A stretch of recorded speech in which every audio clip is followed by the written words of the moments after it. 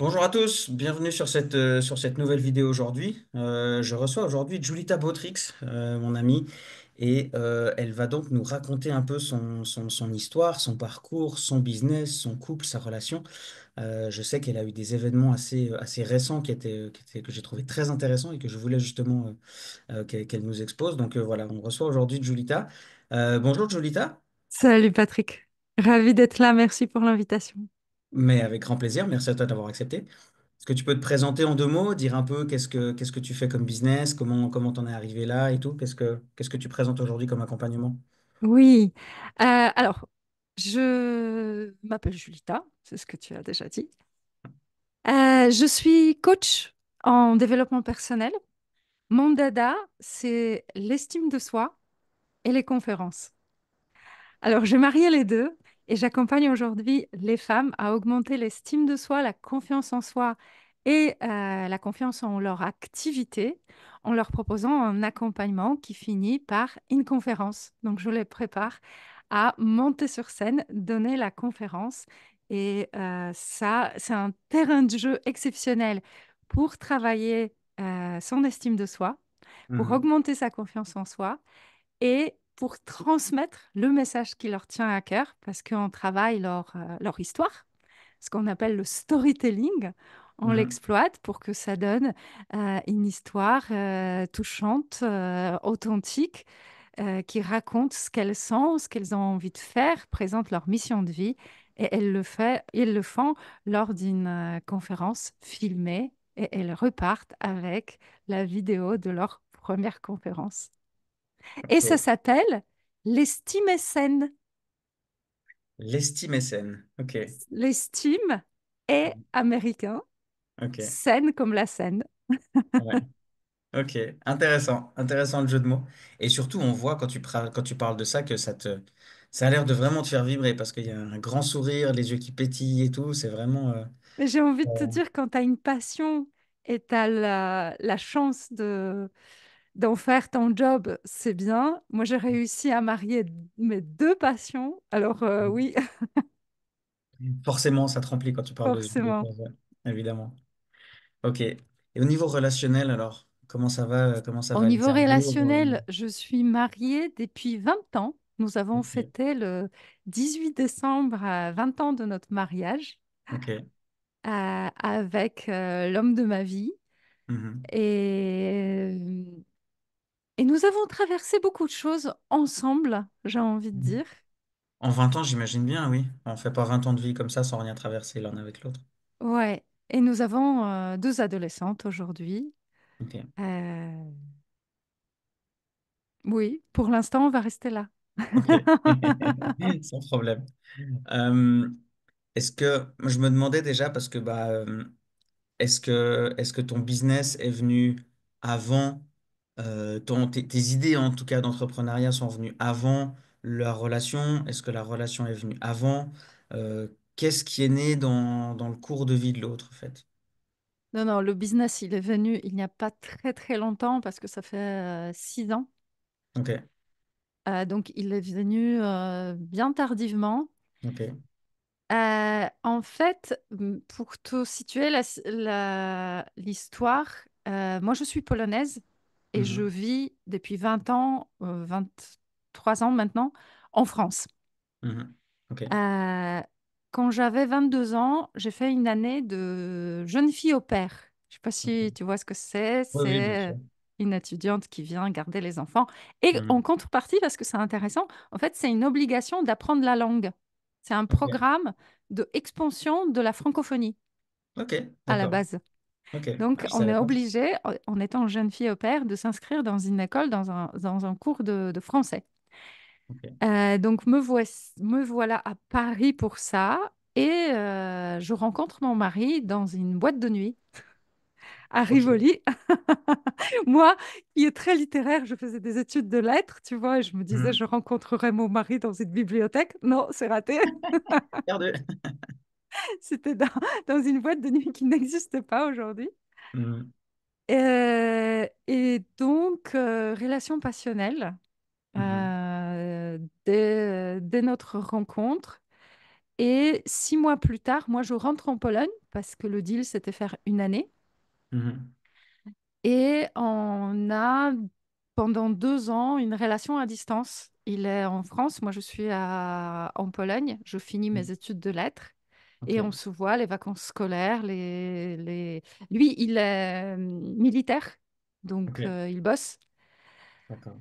Euh, et au bout de 2 ans, ça tient Mhm. toujours.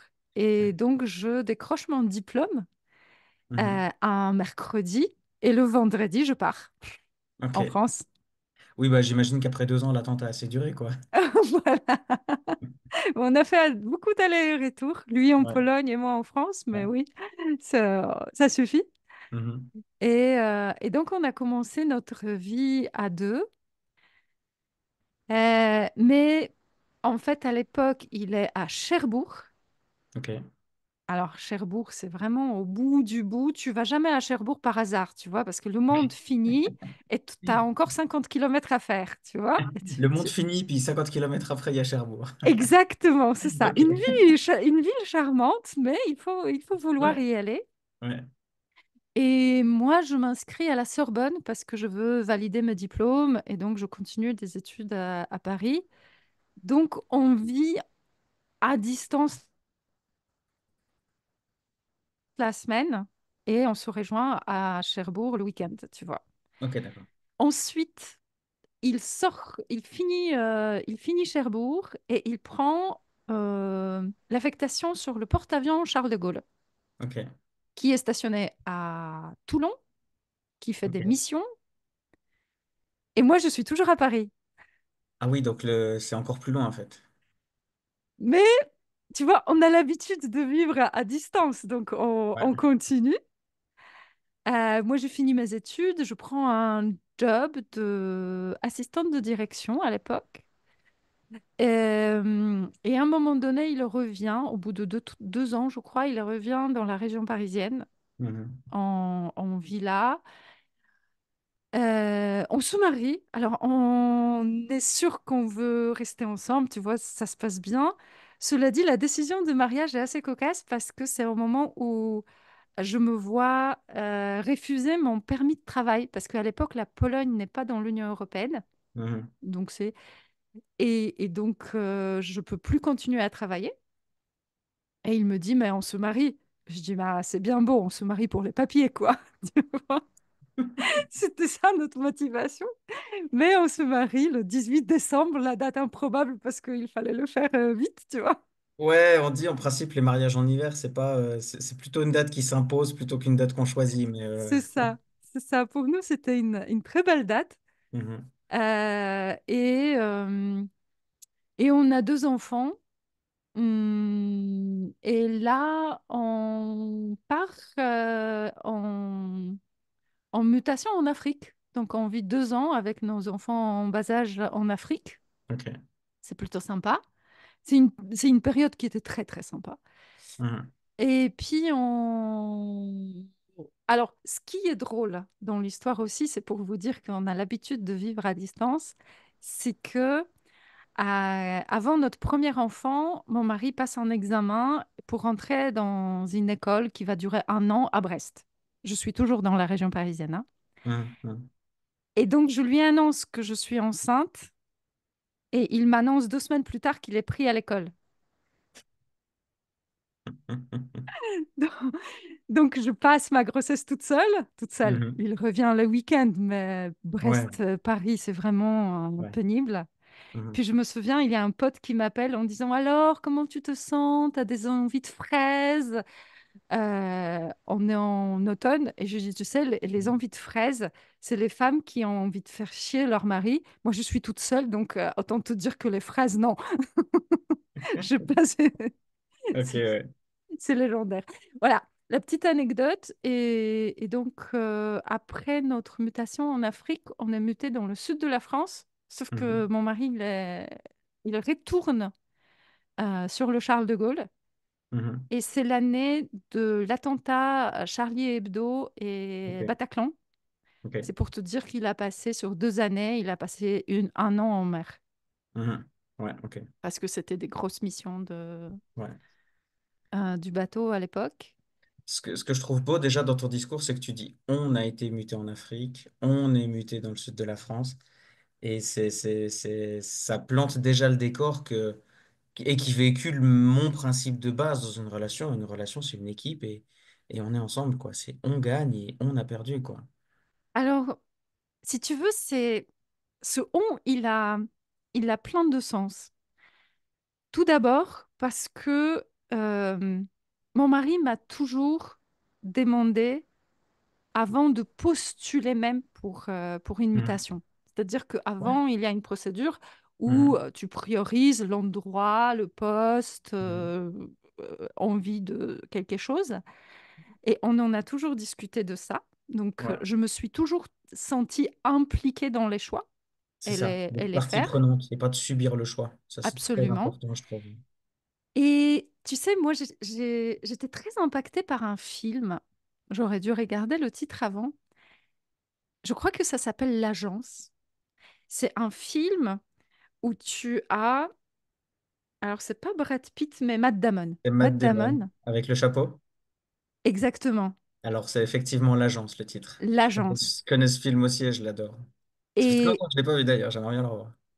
dans ce film, moi, ce que j'ai retenu, c'est que le risque de se mettre en couple, Mhm. c'est de devoir abandonner ses rêves et ses ambitions. Un peu Mhm. ça le principe, hein. Ouais, tout à fait. Et moi, très vite, j'étais confrontée à cette situation parce que mon mari, en sortant de tout premier cours, donc on n'était pas encore mariés, tu vois, c'était tout début, il Mhm. avait le choix entre partir sur le bateau et rester à Paris. Et je savais dès le début que son rêve, c'était d'aller sur le bateau. Quand on s'est Mhm. connus, il était sur Paris. Et la première chose que j'ai appris de lui, c'est qu'il est malheureux d'être à Paris parce qu'il rêvait de partir sur le bateau. Mhm. Et donc, Donc, quand il a eu, je dis, mais tu pars sur le bateau. Et il me disait, non, mais toi, je dis, mais moi, moi, je je t'ai choisi suis, avec le bateau presque. je t'ai choisi avec le bateau. Et puis, je ne peux pas remplacer un rêve de bateau.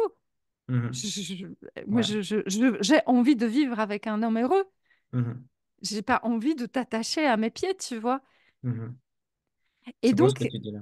et donc à chaque fois qu'il y avait une mutation, je lui disais, qu'est-ce qui te rendra heureux? Et je te dirai comment on peut composer notre vie avec. Donc, aller Mhm. en Afrique, ça me faisait kiffer et j'ai adoré d'aller en Mhm. Afrique.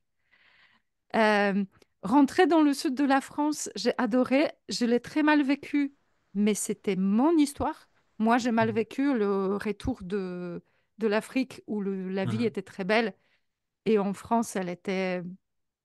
Le retour était. Moi, j'avais des chagrins d'amitié en fait. J'avais des amis Ah oui. en Mhm. Afrique, des Mhm. copines avec qui j'ai adoré passer du temps.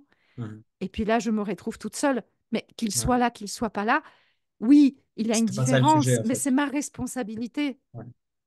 Et puis, tu sais, une fois, j'ai eu la chance, assez rapidement aussi, de faire une journée sur le porte-avions en mer. Mhm.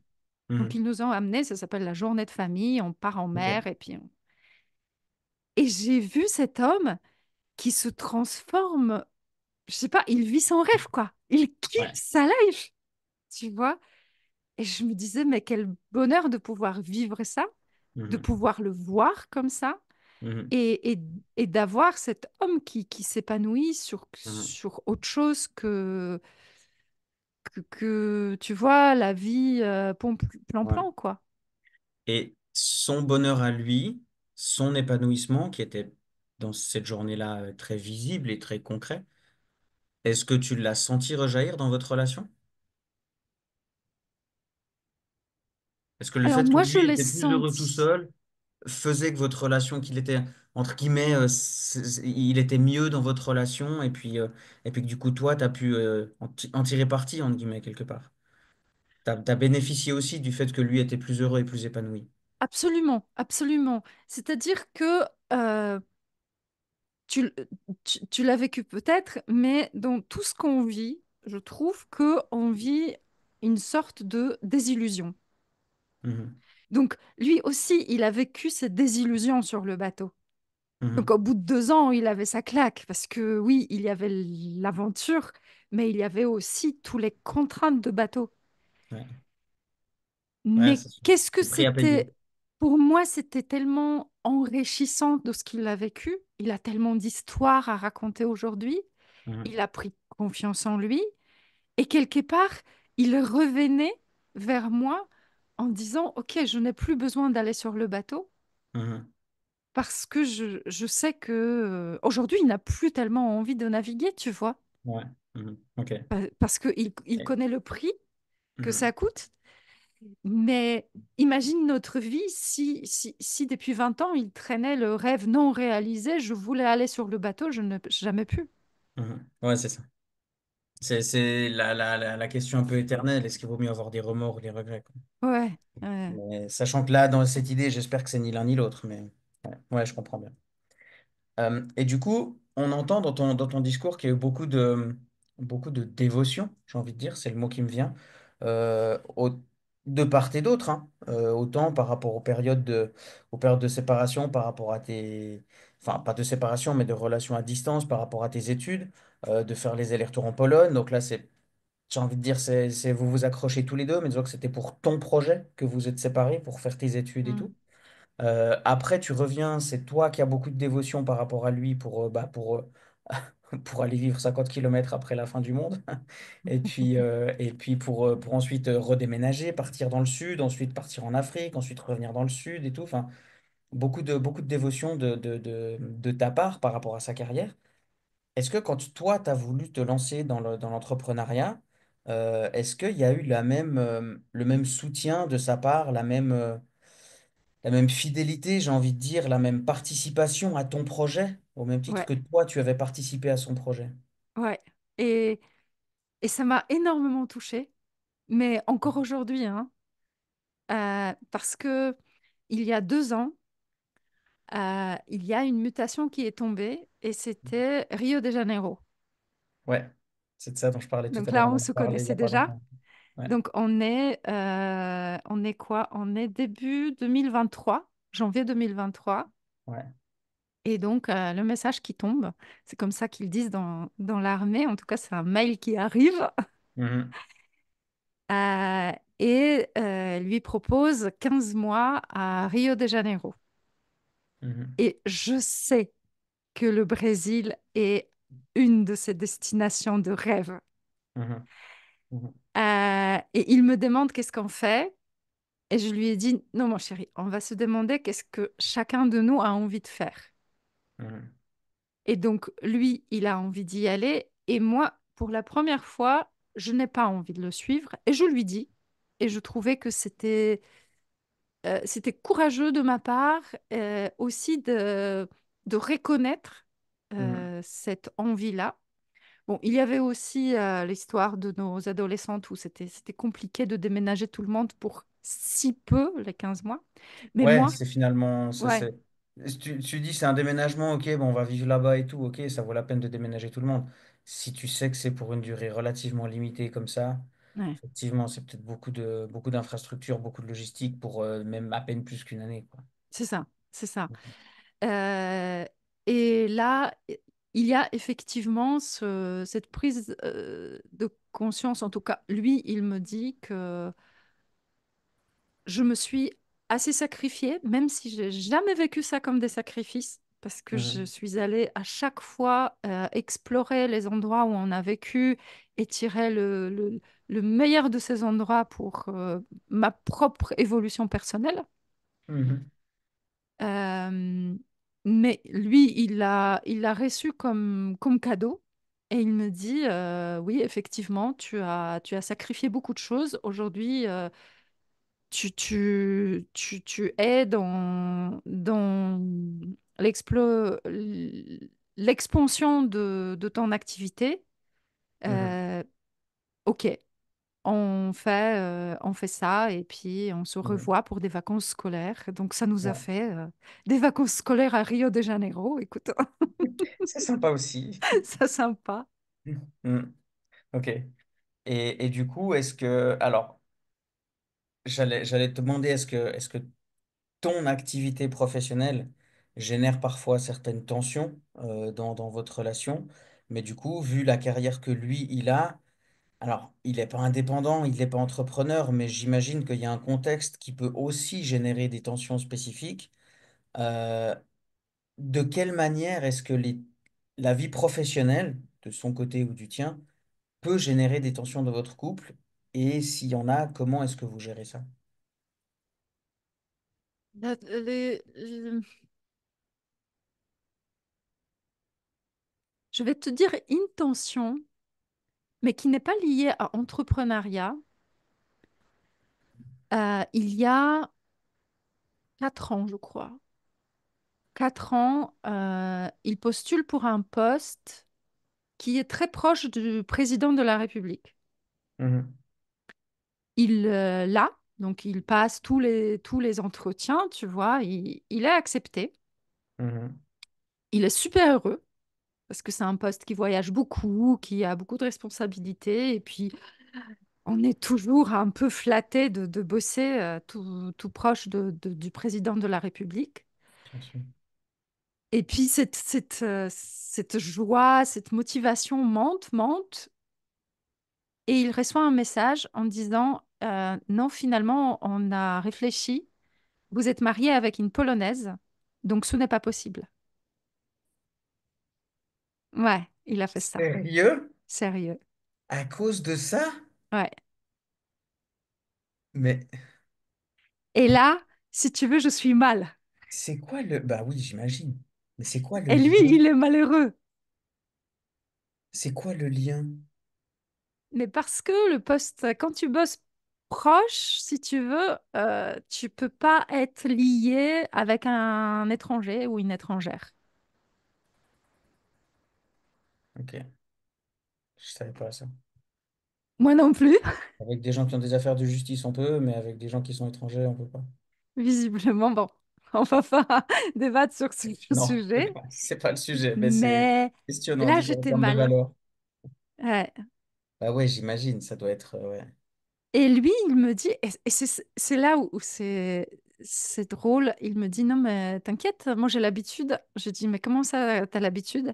Et là, il me dit, donc on est 20 ans plus tard, hein, il me dit, le jour où j'ai déclaré que je me marie avec une Polonaise, parce qu'ils sont obligés de déclarer des mariages avec des étrangers, Mhm. heureux, euh, il s'est fait convoquer par son chef de l'époque, qui lui a Ok. passé un savon en disant, mais c'est inconscient ce que vous faites, vous flinguez votre carrière, vous vous rendez pas compte, en vous mariant avec une Polonaise, c'est fini pour vous.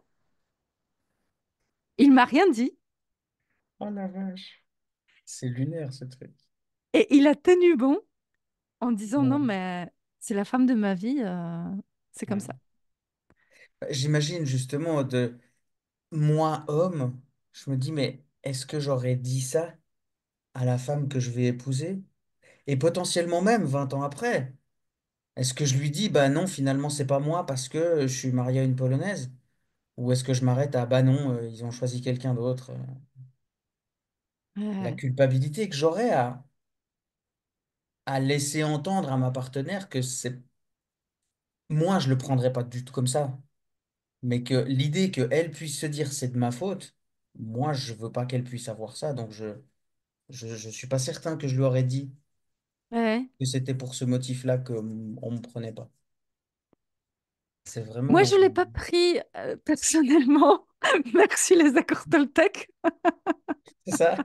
Merci, Don Miguel. Hmm, si tu veux, quand ça s'est passé, j'étais déjà bien au clair avec ce que je suis, tu vois, Mhm. et je pouvais gérer ça. Mhm. Et j'étais plutôt dans la gratitude pour lui de se dire, OK, bon, ils veulent pas de moi, ma vie, c'est ça avec cette femme-là. Donc, Mhm. si vous me faites pas confiance au bout de 20 ans, tant pis pour vous, tu vois. Mhm. Ouais, c'est ça. Mhm. Je comprends. Mais tension au quotidien dans le boulot, non. Non, franchement, on essaye de... C'est pas une source de tension. Ok. Ni par rapport à Après, ses lui, absences, ni... il peut ramener, tu vois, des tensions, mais typiquement de boulot, parce que réunionnite aiguë, même dans l'armée, qui le saoule, tu vois, Oula. des choses comme ça. Mhm. Moi, je peux avoir des hauts et des bas dans l'entrepreneuriat. Tu réussis certains trucs, tu rates d'autres. Mhm. Je lançais des programmes qui n'ont pas du tout marché, mais, euh, mais ça n'a jamais été la source de conflit entre nous. Mhm. Bon, on en a d'autres, hein, je vous assure. On est pas- on est comme tout le monde, on se Ouais. dispute, mais pas tellement pour le boulot, non. C'est pas le boulot qui génère ces tensions-là, quoi. Ouais. Ok, ok.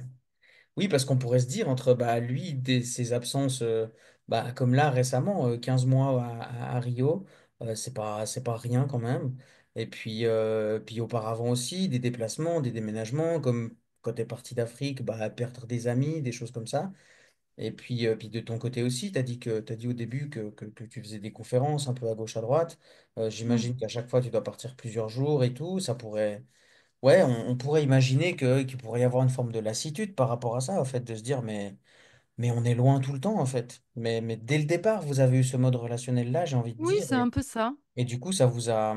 Là où il est le vrai défi, je pense, alors pour les gens traditionnels qui vivent ensemble ou proches, le défi, c'est plutôt d'être un peu séparés de temps en temps. Ouais. Une semaine ou une formation, un boulot, ou alors même je connais des couples qui partent en vacances une semaine l'un sans l'autre. Monsieur part en vacances et madame reste avec les enfants. Et puis après, c'est madame qui part en vacances une semaine, puis c'est monsieur qui reste avec les enfants. Et puis une fois de temps en temps, ils partent tous ensemble en famille et tout. Mais euh, donc ça, j'ai déjà entendu. Mais pour vous, le défi, j'ai l'impression que c'était plutôt au final d'être ensemble. Parce que Alors, vous avez c'était le été défi, séparés beaucoup effectivement. dès le début. Et puis après, quand tu viens en France pour le rejoindre, bah, j'imagine que directement ou très rapidement, vous habitez ensemble. Et c'est un changement du mode relationnel qui est compliqué à gérer, j'imagine. Alors, au début, ça allait, tu sais, on est amoureux, on veut enfin vivre ensemble. C'est un peu comme un couple qui se met ensemble. Ça se passe plutôt bien. Mhm. C'est après, quand il est parti sur le bateau, et ça durait 2 ans, on n'avait pas d'enfant. Et moi, pendant ces 2 années, je jouais énormément au tennis. Donc, je Ok, faisais de la compète, des entraînements, tu vois, je jouais entre 10 et 12 heures par semaine. ok. Et là, il revient du bateau. Donc, on a un appartement dans la région parisienne. Et il me dit, mais tu sais, si tu passes toutes les soirées au tennis, ça va pas le faire. Je me dis, oh merde, comment ça va pas le faire? Ouais. Et c'est là où je réalise qu'effectivement, ça veut dire que je perds un petit peu de ma liberté, Mhm. mais on a tout de suite le réflexe de ne pas aller d'un extrême à l'autre. Mhm. Mhm. C'est-à-dire que je lui dis, OK, mais je joue toujours. Je vais réduire, je vais être, je vais les placer différemment, tu vois. Mhm. Réduire, oui, mais arrêter, non.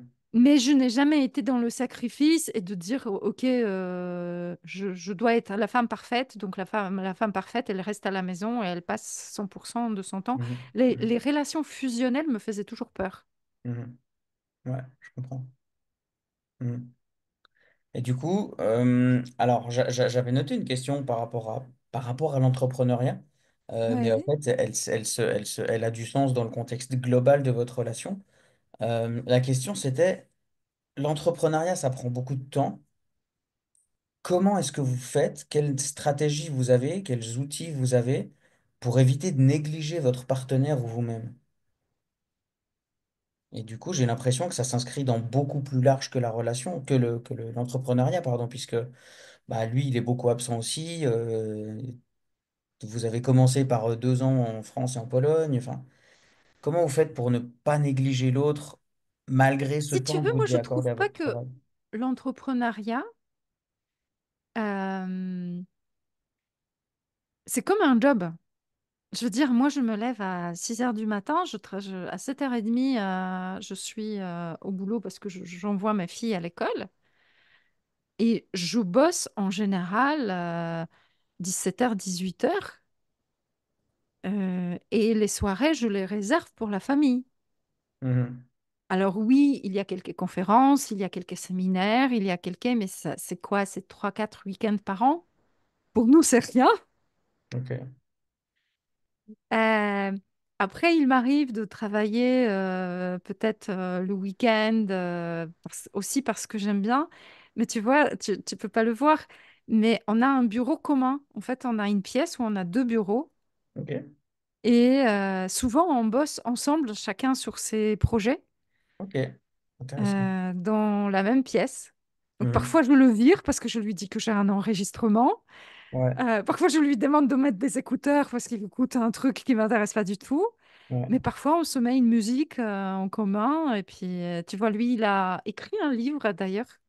Mhm. Un livre que je m'attendais à un livre sur son parcours de marin, tu vois, sur son parcours d'homme. Et Mhm. en fait, j'ai pris une claque parce que c'était une déclaration d'amour pour moi. C'était énorme. Il a raconté notre rencontre, notre parcours, notre vie, ce que je lui ai apporté, le soutien qu'il a reçu. Waouh, j'ai chialé. Il a sorti pour Noël. Ouais. Ce Noël-là, Ouais. quand il était à Rio. Ou tout juste rentré, non? Tout juste rentré. En fait, Ouais. il l'a écrit depuis 2 ans. Ça faisait 2 ans qu'il écrivait ce bouquin. Ok. Et il a publié. Et il est arrivé la veille de Noël, en fait. Ok. Donc c'est pas qu'il l'a écrit juste pour toi, il a vraiment été publié et tout, quoi. Oui, oui, c'était un livre. Ok. Il avait besoin de coucher son histoire, ouais. Ouais. Ok. Ah oui, donc effectivement, c'est très inspirant comme, bah, comme démarche, comme cadeau et plus globalement comme relation, j'ai envie de dire, quoi. Ouais. C'est comment on trouve des gens comme ça pour être dans des relations magnifiques comme ça, Julita? Alors, Explique-nous comment on on fait. les trouve pas, on les construit. Mhm. Ouais, je pense que ça passe beaucoup par amour, certes, mais ensuite, il faut rajouter l'amour de soi, Mhm. vraiment, d'aller dans un sorte de se respecter dans une relation, de parler de ses propres besoins pour mieux comprendre et mieux se faire comprendre par l'autre. Mhm. Mhm. Euh, Après, je pense on s'est bien trouvé parce qu'on a tous les deux besoin de liberté, mais besoin aussi de fidélité, de confiance Mhm. euh, et de défis. Ce qui nous anime, c'est chacun de nous a des défis euh, et il ne se sent pas limité par l'autre. Mhm. Oui, parce que on entend souvent parler dans les relations que on met souvent l'accent sur la communication, sur la manière dont on traite l'autre, sur est-ce qu'on l'écoute, est-ce qu'on le respecte, est-ce qu'on le comprend. Mais en fait, je pense qu'il faut replacer à ce moment-là de la conversation qu'on ne peut pas faire tout ça si l'autre, il s'exprime pas, en fait. Oui, exactement. Si l'autre, il assume pas ses choix, ses désirs, ses envies, ses ambitions, ses projets, et s'il les assume mais qu'il les exprime pas, bah, ça complique beaucoup de choses, en fait. Ouais, Moi, j'ai vraiment ce postulat que l'amour en général, on nous apprend dans la vie de tous les jours, tout autour de nous, que l'amour c'est à deux, l'amour c'est l'autre, l'amour c'est comment il fait, qu'est-ce qu'il dit, qu'est-ce qu'il a, comment il réagit et tout, quel projet il a, est-ce qu'il me respecte ou quoi. Pour moi, l'amour c'est soi d'abord, quoi. ouais. On a tendance Et tu toujours à vois, chercher. tu me fais penser parce que ça passe parfois par des toutes petites choses, mais à un moment donné, je me suis surprise que j'avais des tendances d'être mère, tu Mhm, vois, et que je voulais faire ce rôle pour tout le monde, donc pour les enfants et pour mon mari. Donc mhm. j'ai dit, oh, oh, là, on s'arrête tout de suite. Ah Grand vacciné, tu fais comme tu veux. ouais. Euh, très rapidement, j'ai formulé que il est hors de question de recevoir en cadeau un fer à repasser ou une cocotte minute, tu vois. C'est ça. Non, je suis pas C'est ça. ménagère. Je C'est veux ça. bien gérer la cuisine parce que c'est comme ça, mais il est hors de question que mon cadeau ce soit un fer à repasser, tu vois. Mhm. Ouais, ouais. Et du coup, ça veut dire qu'il faut prendre un autre rôle que celui de soigner l'autre aussi dans la relation. Se soigner soi, prendre sa place à soi. Et justement, comme j'ai dit, on a tendance toujours à chercher la bonne personne sans avoir conscience que ça commence d'abord par être la bonne personne. On veut toujours de l'amour inconditionnel alors que soi-même, on a des parts qu'on déteste à l'intérieur. Là, on vient d'évoquer la communication. Il faut que l'autre il m'écoute, il faut que l'autre il parle, il faut qu'il me respecte, etc., etc. Mais on n'a pas conscience que ça commence par soi aussi. Que Mm. moi, je m'écoute, que moi, je me respecte, que moi, j'ose communiquer, que je pose mes limites, que je les fasse respecter si c'est pas le cas, etc., quoi. L'amour, ça commence Et tu d'abord vois, par soi et ensuite le on va à sujet où moi l'extérieur. j'ai mis longtemps à évoluer et qui aujourd'hui, je me sens enfin libérée, c'était la gestion de l'argent. Ah, bah Parce j'allais y venir que, justement. parce que j'ai un mari qui est écureuil, tu vois. Et c'est Ouais. drôle parce que pendant qu'il était au Brésil, donc c'est pour te dire que c'est vraiment récent que j'ai mis beaucoup de déculpabilité, que j'ai déculpabilisé ce côté-là. Mhm, J'ai mhm. participé à une conférence sur les archétypes liés à l'argent. Et Ok. donc, le monsieur qui était lui-même écureuil, Mhm, celui qui donnait la conférence, nous expliquait quelle joie il ressent quand il met de l'argent de côté. Tu mhm. vois, qu'il constitue une épargne, et c'est pour lui Ouais. une joie. Ouais. Et je me disais, ah oui, c'est pour ça, tu vois, que mon mari, il veut économiser, Mhm, mais moi, pas du tout, tu vois. mhm, Et donc, euh, j'avais toujours au fond de moi une sorte de culpabilité que je dépense peut-être l'argent un peu plus facilement par rapport à ce que lui, il a l'habitude, tu vois, d'une famille écureuil et tout ça. mhm, Et dernièrement, j'avais une entrée d'argent et il me dit, mais comme ça, tu peux mettre la moitié de côté. Et je suis, mais c'est quoi cette idée-là à la con et là, je me suis, OK, accueil, pour lui, c'est une joie mhm, d'économiser, tu vois, pour lui. Et je lui ai exprimé, je lui ai dit, mais je n'aime pas cette idée. mhm, J'ai dit, moi, je veux bien le mettre de côté, mais pour que ça nous paye des vacances d'été, par exemple, si tu veux. Ça mhm. m'inspire. Si c'est Ouais. mettre de l'argent de côté pour qu'il dorme dans une banque autant ne pas le gagner, tu vois. Moi, C'est ça. ça C'est m'inspire ça. vraiment pas. Ouais. Et en fait, on a rigolé sur ça. Tu vois, je lui ai dit, heureusement que tu es là, parce que c'est vrai qu'il y a des moments dans la vie où on a besoin de sécurité, et lui, il joue ce rôle de sécurité. Et Mhm, il me dit, mais si tu me dis ça, moi, je m'achète ça parce que ça me fait rêver depuis longtemps et je ne m'autorise pas. Je dis, mais mhm, mon chéri, mais 1000 fois, achète-le, mais achète-le ce soir, achète-le demain, mais mhm. fais-toi plaisir, tu vois. Ouais. Et en fait, aujourd'hui, on arrive à en rire. Et moi, je lui ai dit que je me sentais coupable. Et lui, il m'a témoigné autre chose. Mais ça a pris des années, tu vois, avant de Mhm, se mhm. comprendre et de se faire Ouais. confiance. Mais ça, encore une fois, passé par ce que j'ai compris de moi Ouais, c'est et ça. ce que j'étais prête à comprendre de lui. Mhm, exactement. Et du coup, la question que j'avais par rapport à l'argent, c'est que bah, on imagine les entrepreneurs, alors pas forcément millionnaires et fortunés, mais en tout cas qui génèrent leur propre argent, pardon, leur propre revenu. Et je me demandais si ton indépendance financière avait changé quelque chose dans votre relation, avait changé la dynamique ou des choses comme ça.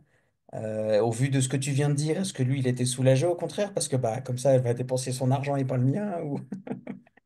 ou quelque chose comme ça, ou est-ce que ça a rien changé dans votre dynamique ou... Écoute, ta question, elle est très intéressante. Merci. Et je vais commencer par un aspect qui était, qui était très intéressant et je crois qu'il est assez présent pour beaucoup de femmes Mhm. entrepreneurs. C'est-à-dire que inconsciemment, j'ai eu peur de gagner de l'argent parce que pour moi, c'était le risque de déséquilibrer notre couple. Ah, toi, tu avais cette Oui, appréhension-là. c'est ça. Ok. Et j'avais un blocage, tu vois, d'aller gagner de l'argent, de mettre mes prix, d'assumer, de recevoir, parce que j'avais cette peur et quelque part dans notre vie, tu vois, on a beaucoup déménagé, donc moi j'ai souvent démissionné. On n'a jamais Mhm. compté sur moi pour Mhm. gagner de l'argent. Ouais. On a compté sur moi pour beaucoup d'autres choses et j'ai reçu beaucoup de reconnaissance pour ce que j'ai apporté, mais je me sentais jamais responsable de cette partie-là. Et je pense que ça a été, d'une part, peut appeler ça une croyance limitante, un blocage émotionnel par rapport à l'argent. Mhm. Donc ça, c'est une chose. Mais après, non, mon mari m'a toujours dit, moi, je rêve que tu m'achètes une Porsche. Donc si tu as des moyens de me l'acheter, vas-y, gagne. Donc on n'a pas de Porsche, hein, pas Ouais. encore. Pas encore. Restons positifs. C'est ça. Ok. C'est intéressant cette dynamique que vous avez où toi, tu avais l'appréhension, puis au contraire, lui, il se réjouissait, quoi. J'ai l'impression Et que en vous êtes. même temps, il y a une question de croyance, et je sais pas, il faudrait lui demander d'ailleurs, il faudrait lui poser la question, mais je crois qu'elle est embarrassante, je vais lui faire écouter la vidéo, il me dira après. Euh, Est-ce qu'il croit vraiment, tu vois, Mhm. que je peux gagner assez d'argent pour acheter une Porsche? Parce Mhm. qu'aujourd'hui, il a quand même le rôle de celui euh, qui assure le quotidien familial, tu vois. Mhm. Et il sait que Mhm. l'entrepreneuriat, c'est parfois des rentrées d'argent et parfois non. Ouais. Donc je pense que personnellement, il ne serait pas prêt, par exemple, de prendre un risque professionnel et abandonner la sécurité d'un salaire. Ouais. Ouais, j'entends. Euh, Justement, par rapport à ces risques que tu mentionnes là, et par rapport à plus globalement ce que tu disais, des fois ça rentre, des fois ça rentre pas, l'argent, hein, je parle. Euh, Est-ce que il y a déjà eu, est-ce que vous avez déjà vécu, toi ou lui, ou peut-être que vous l'avez vécu mais vous ne l'êtes pas dit, du coup tu vas nous en faire la confidence, promis on ne lui dira pas. Est-ce qu'il y a déjà eu des jalousies ou des comparaisons liées justement à vos succès respectifs ou à vos échecs respectifs? Potentiellement que tu te dises, ah mais il est muté à Rio, c'est génial, et puis moi j'y vais pas, ou au contraire de se dire, ah bah il est muté ici, et puis c'est pas chouette, et puis enfin. Ou au contraire que toi, tu aies des succès, des échecs qui impactent son émotion à lui, quoi. alors, son émotion à lui, je ne saurais pas tout dire parce que je n'ai pas l'impression. Il en a en tout cas jamais fait part. Il n'en a jamais fait part Bon. d'une émotion, on va dire, de déception ou de Mhm, jalousie. mhm. Ce que je sais qu'on s'est beaucoup inspiré. Ok. Euh, Tu vois, moi, je l'ai toujours poussé d'aller vers des écoles, des examens. Récemment, il a fait, pour aller à Rio, en fait, c'était un examen qui était très, très sélectif et qui était très, très difficile. Mhm, Euh, et donc, il était très fier de l'avoir réussi. Et il m'a dit après que, en fait, il était inspiré, il se sentait peut-être même presque obligé de le présenter parce que j'ai eu le courage de partir de salariat et me certifier en autre chose et d'aller faire autre chose, tu vois. mhm, mhm. Et moi, je pense que aussi, j'étais inspirée parce que il passait des examens, il passait des Ouais, différentes choses. Et j'ai eu envie d'aller vers, tu vois, un épanouissement, ouais, apprentissage, quelque chose. ouais. J'ai Inspiration toujours à se tiré vers dépasser, le à se haut pour ça. confronter. Ouais. Mhm, mhm. Après, non, de mutation, on en a eu tellement, tu vois. De Toulon, on est parti en Picardie. Alors, c'est pour te dire que quand les gens dans le sud, je leur disais que je déménageais en Picardie, ils me regardaient Ouais. droit dans les yeux et je voyais qu'il valait mieux que j'ai un cancer incurable plutôt que je déménage, tu vois, en Ouais, Picardie. Et pourtant, moi, ça me plaisait bien. ok. Oui, et tu vois, tu disais une chose, est-ce que on avait les jalousies de mutation, qu'il est parti, par exemple, à Rio. Et en fait, en étant en Afrique, on avait des couples autour de moi qui ont pris la décision de se séparer pour cette période de séjour en Afrique. Ce qui est Mhm. parfaitement compréhensible, hein. Ouh. Je- Chacun fait comme il veut. Ça Mais s'entend.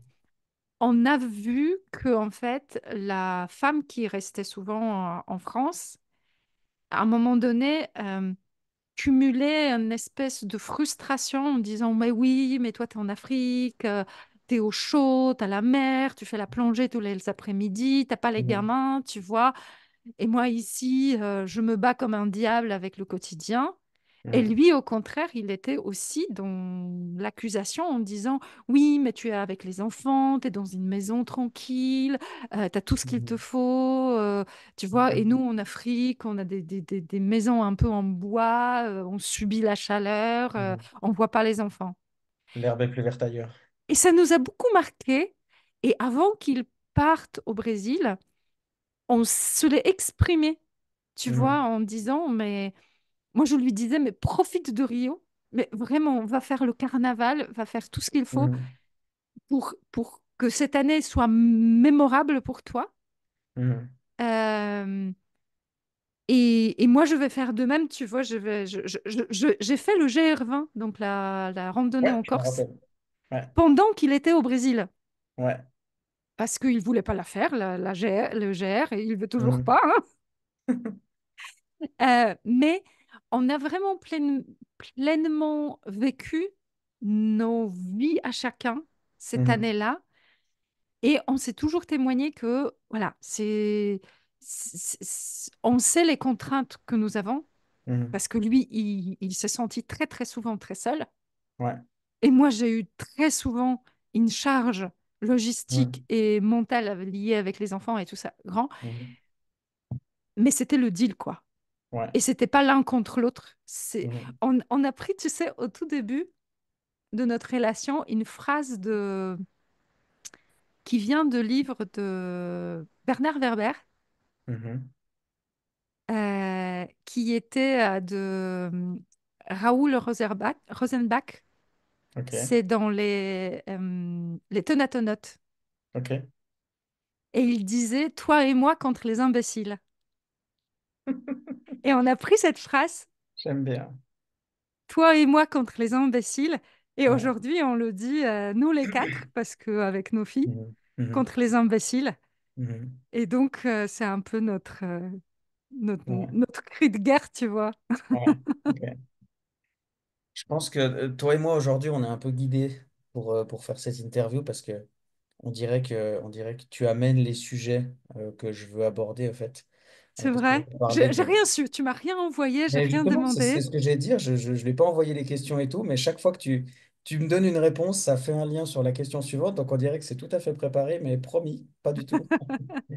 Parce que ma question suivante, c'était justement de savoir comment est-ce qu'on construit ou alors comment vous avez construit au début et comment vous entretenez un climat de confiance dans une vie parfois instable.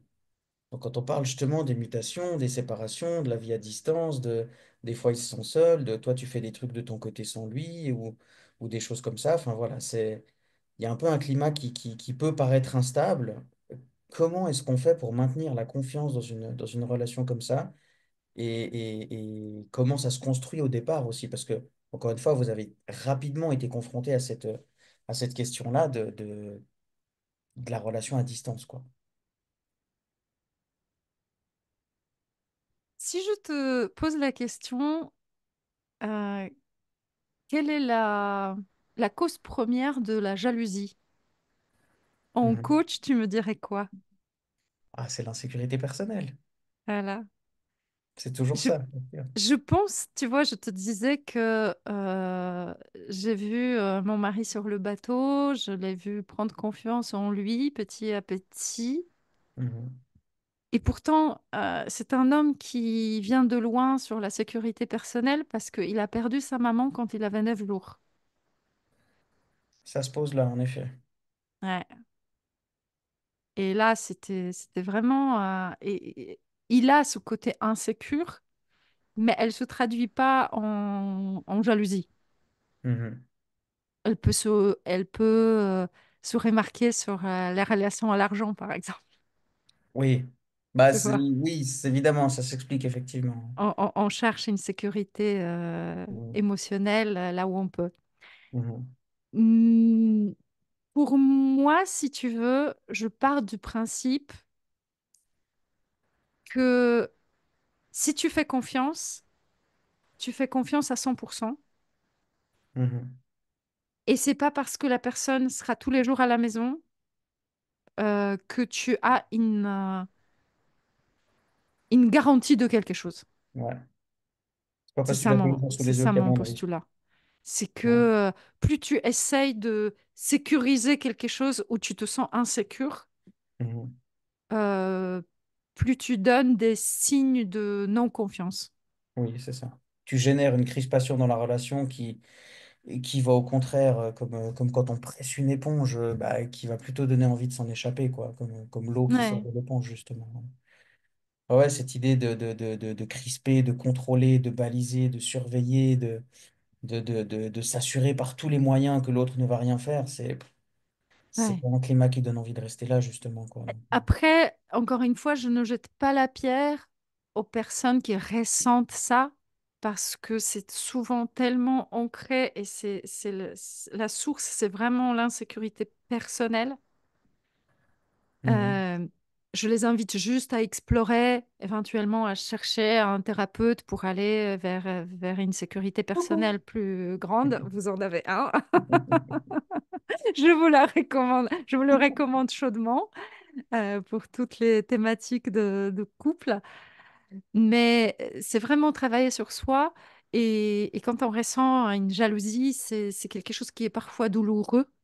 Mhm. Bien sûr, bien sûr. C'est pas, La jalousie, c'est douloureux pour celui qui la reçoit.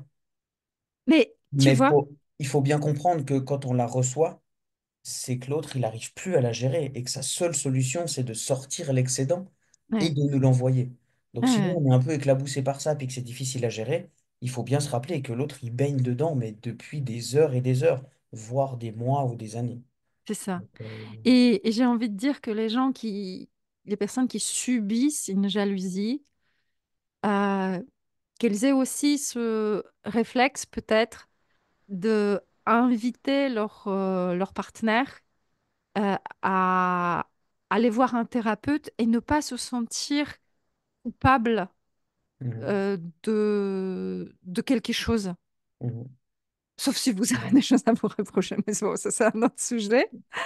Mais, mais si vous avez l'impression d'être avec quelqu'un qui est extrêmement jaloux et que ça pèse sur votre relation, ne le prenez pas mhm, personnellement, mhm. mais essayez de guider la personne vers plus de sécurité personnelle auprès d'un tiers. En général, ça se passe mieux. Mhm. Oui, c'est nécessaire. Ouais.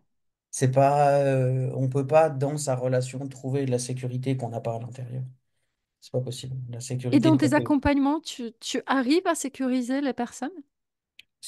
quand on comprend exactement d'où ça vient, oui, Ouais. bien sûr. Donc ça peut être relativement vite au final.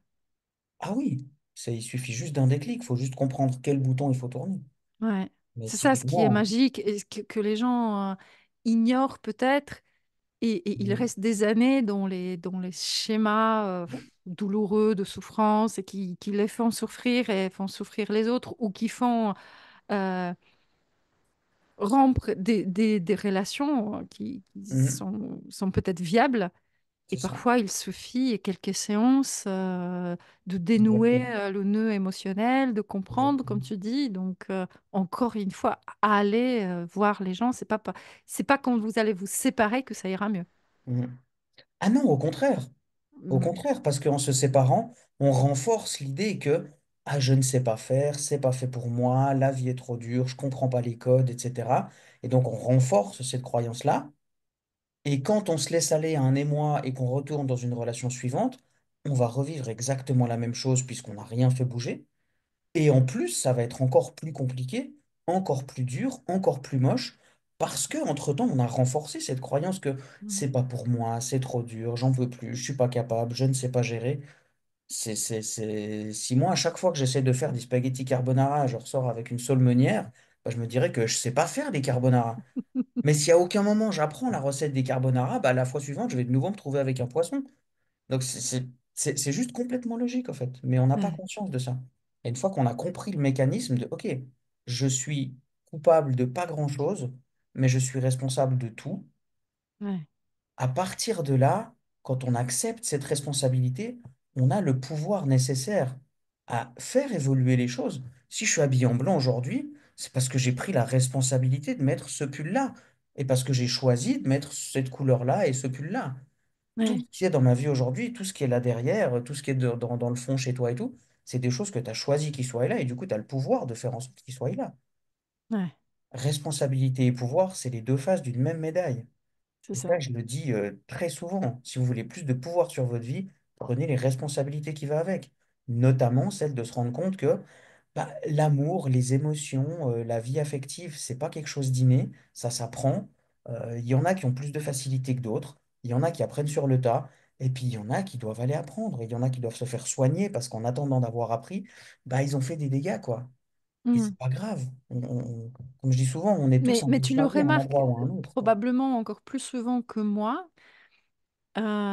par le fait que tu accompagnes les gens sur leur relation de couple. Mhm.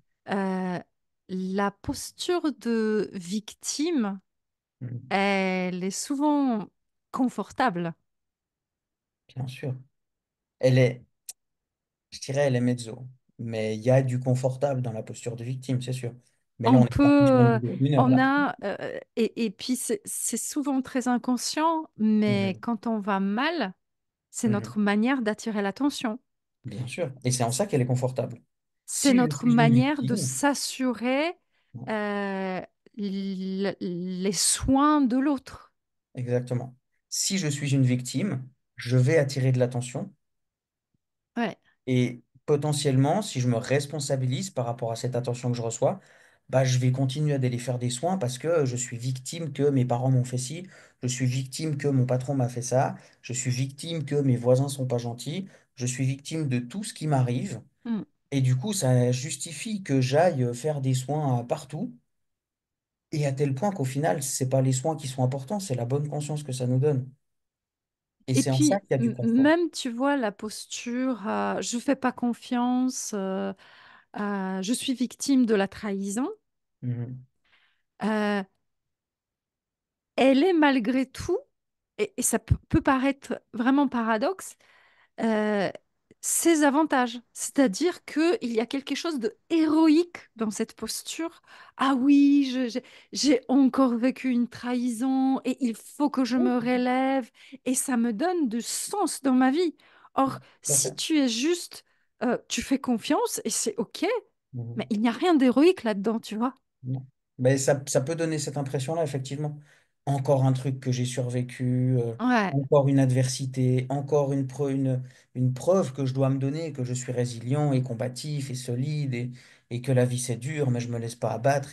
Ça nous auto-donne, on exactement. s'auto-proclame héros par rapport à ça. Et c'est Il en y ça que avait ça une peut être chanson confortable. qui me rendait folle. Mes enfants en rigolaient parce que je pouvais pas l'écouter. Je pestais à chaque fois. Ça devenait une boucle, tu vois. Et c'est la chanson, je sais plus de quelle chanteuse française, qui disait que il m'a encore quitté, mais je savais que ça va se passer comme ça. Et, je dis, évidemment, si tu pars de ce principe, mais tu vas tout faire pour que ça se passe. C'est ça. Et puis récemment, c'est ma fille qui m'a fait rire. Il y a une chanson qui passe en ce moment à la radio et qui dit aime-moi parce que moi je ne sais pas m'aimer. Et là, ma fille qui a 14 ans, elle me Mm. dit oh, celle-ci, c'est une dépendance émotionnelle. Hein. Tu les as bien formés, c'est bien. Je les ai bien formée. Ok, merci Julita. On arrive gentiment au Merci terme Patrick. de cet entretien, de cette interview. En tout J'ai cas, une je dernière trouve ta question. série géniale. J'ai vu des Si. extraits avec la femme qui raconte, avec la fille, Ouais. qui raconte ses expériences dans libertinage. Ouais. Alors Et ça, je c'est trouve une ça autre. génial parce que vous décodez ça et Ouais. vous donnez du vrai sens Mhm. à quelque chose Abstrait. qui paraît sauf ça. Ouais. Et tu vois, moi, je suis assez loin, tu as compris, de Mhm. ce mode de vie. Et pourtant, j'aime beaucoup et j'aime entendre les gens qui vivent autre chose et qui se Mhm. retrouvent dans autre chose. Ouais, tout à fait. Et donc, de faire une story, d'une série, des entretiens comme ça avec des gens de toutes sortes d'histoires, je trouve Mhm. ça passionnant. Ouais. Ça, c'est une autre série. Enfin, c'est même pas une série, en fait. Là, ce qu'on fait ici, c'est une série. C'est l'interview Biz and Love. Toutes les interviews sont dans la même playlist. Ce que dit Julita, c'est une vidéo qui est sortie il y a une semaine avec Charlotte, alias Esme. Et c'est une vidéo, effectivement, où on parle un peu des codes du libertinage, etc. Et ça, c'est dans la playlist Open Mic, si jamais. Donc, la vidéo est sortie il y a une semaine, donc vous trouverez ça aussi sur ma page YouTube. Mais effectivement, c'est un sujet qui est très intéressant et justement où on voulait un peu présenter le fait que bah, dans le mot libertinage, ça donne l'impression qu'il n'y a que des libertés, mais non, non, c'est juste des relations en plus et du coup, bah, c'est des codes en plus, quoi, tout simplement. Ouais. Donc voilà. Euh, la dernière question que je voulais te poser, Julita, c'est une question que tu es la première à qui je vais la poser. Je ne l'ai pas fait dans les deux premières interviews. Euh, qui est-ce que tu voudrais voir passer dans ce podcast après toi? Auprès de qui tu te dis, mais Ah. comment cette personne fait pour gérer sa vie entrepreneuriale et sa vie privée, pardon, les deux en même temps? Tu veux un défi ou tu veux... Je veux la personne que toi, tu voudrais... À quelle personne tu voudrais entendre ses réponses par rapport aux questions que je Hmm, t'ai posées ou ce genre de questions, parce que je ne fais pas les mêmes questions à chaque fois. je réfléchis. Alors, j'ai en tête une personne, mais parce que je le vois très souvent sur mon Insta, c'est Anthony, il s'appelle Anthony Officiel, je t'enverrai le lien, mais c'est un gars qui se dit célibataire, mais qui a beaucoup, beaucoup de bon sens sur la vie, Ok, un humoriste, tu vois. ok. Euh, J'aime beaucoup les gens qui revendiquent leur mode de vie euh, Mhm, qui n'est peut-être pas inscrit dans les codes de notre société. mhm. Ok. Et Les tu gens vois, qui je pensent un pense peu. à une série de vidéos, je ne sais pas si tu les as vues, ça s'appelle des Pillow Talk de Esther Taïfé. Non, je connais pas. Je te les recommande chaudement. Oui. Euh, je pense que elle, j'aimerais l'entendre. Esther Taïfé. Esther Taïfé. Ok. Je vais regarder ça et je lui lancerai une invitation si je suis aussi inspiré que toi. Avec Mais grand en tout plaisir. cas, les pilotocs, il faut les chercher sur YouTube parce que c'est vraiment des vidéos qui sont... La parole est très libre Mhm. et donc YouTube a certainement les a poussés au fond fond. Ouais. Ouais. Je pense que je vais m'y confronter aussi dans pas longtemps à ce genre C'est de choses. possible. Je connais un peu, donc. Il faut assumer. Euh, Exactement, exactement. Mais bref, quand on et veut je une pense information, on que la dans trouve. ton authenticité et la profondeur de tes accompagnements et la compréhension des choses, Mhm. tu en sortiras grandi parce que ta communauté va te suivre pour ce que tu es et non parce que ta tête revient à tous les deux pubs. Ouais. Oui, oui, tout à fait. C'est vraiment le fondement de mon accompagnement, c'est la profondeur, quoi. Je dis souvent aux gens, c'est assez paradoxal, mais il faut chercher de la hauteur en profondeur. Ouais, Il ne faut pas chercher de la hauteur, de la prise au vent comme un chêne qu'on a coupé puis qu'on a posé à côté, bah, le moindre coup de vent, il va tomber. Mais il faut chercher de la hauteur dans la profondeur de ses racines, de sa compréhension, la manière dont on occupe son espace, sa vie, son système émotionnel, son rapport aux autres, etc., etc., quoi. Et puis quand Rajouter de la on a densité le plutôt que de la positionnement hauteur. comme le tien, qui touche à la relation, qui touche au couple, qui touche à la sexualité, mais on ne peut pas éviter certains termes et c'est pas professionnel de tourner autour de peau et c'est pas donc on s'expose malheureusement à des pénalités de la part Mhm. de l'algorithme de YouTube. Mais C'est pas grave. Comme ça fait de moi un héros qui doit vaincre l'adversité c'est ça, tu veux de dans ta, YouTube. dans, dans ta posture de victime. Exactement. YouTube est méchant, c'est mon bourreau. C'est ça. Merci beaucoup, Julita. Merci beaucoup à toi. Merci pour ton ouverture, merci pour ton authenticité. Et puis pour nous avoir présenté merde, j'ai oublié le mot. Ce dynamisme, ces synergies entre le couple et la vie entrepreneuriale. Et ça donne vraiment l'image que, enfin, ça me donne en tout cas l'impression que vous n'êtes pas un couple comme les autres. Il y a beaucoup de choses que vous avez fait un peu à contre-courant.